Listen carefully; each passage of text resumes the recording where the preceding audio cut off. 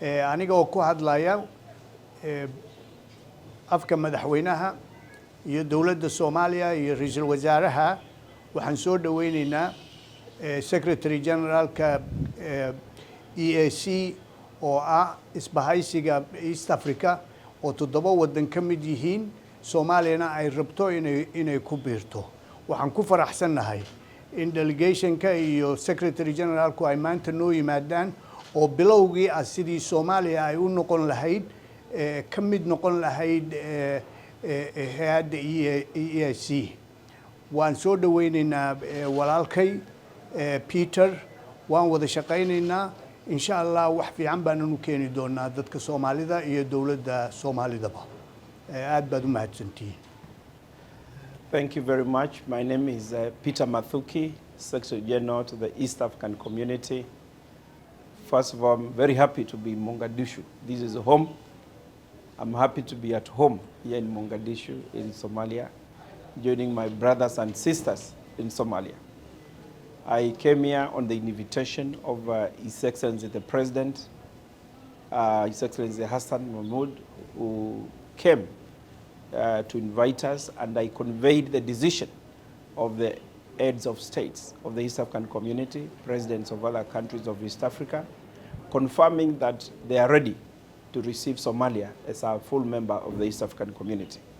And so I thank the President for appointing a special envoy of the East African Community who is here with me, and he has already visited Arusha to find out the steps that needs to be taken. And the first step was here, coming here, and I'm here representing the entire community. We have now started the discussion on the process or on the roadmap of admitting Somalia to become a full member of the East African Community.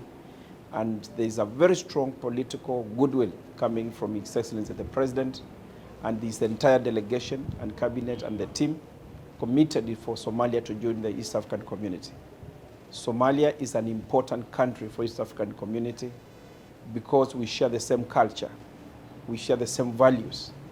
The people of Somalia are already in all the East African countries. They're in Kenya, they're in Tanzania, they're in Uganda. So it is natural for Somalia to join and become a full member of the East African Community. The next stage will be now forming groups, technical groups, which will be under the guidance of the special envoy to ensure that we do the verification.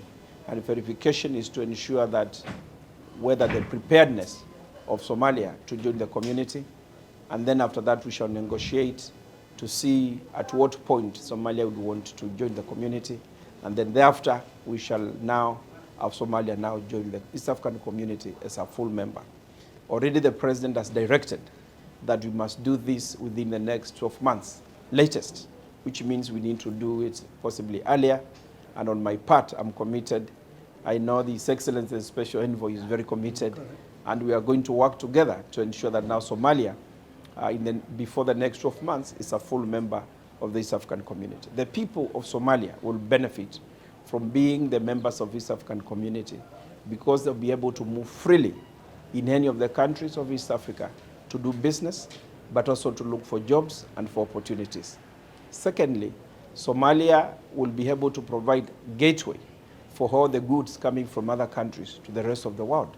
And Somalia will be a key country where we shall be looking at using it as a gateway. Thirdly, we shall be able to work together in any of the challenges Somalia is facing, economic or security, to ensure that we all work together to make sure that all the countries of East Africa remain peaceful and secure.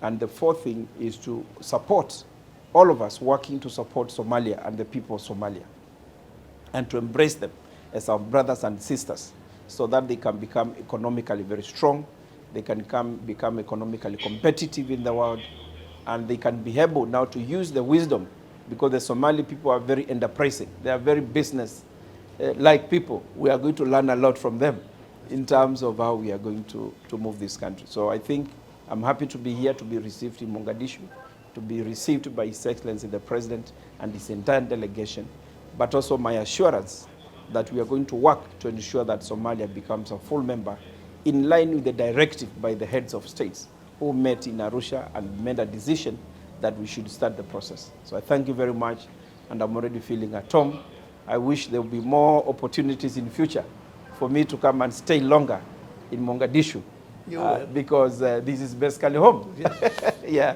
so thank you very much.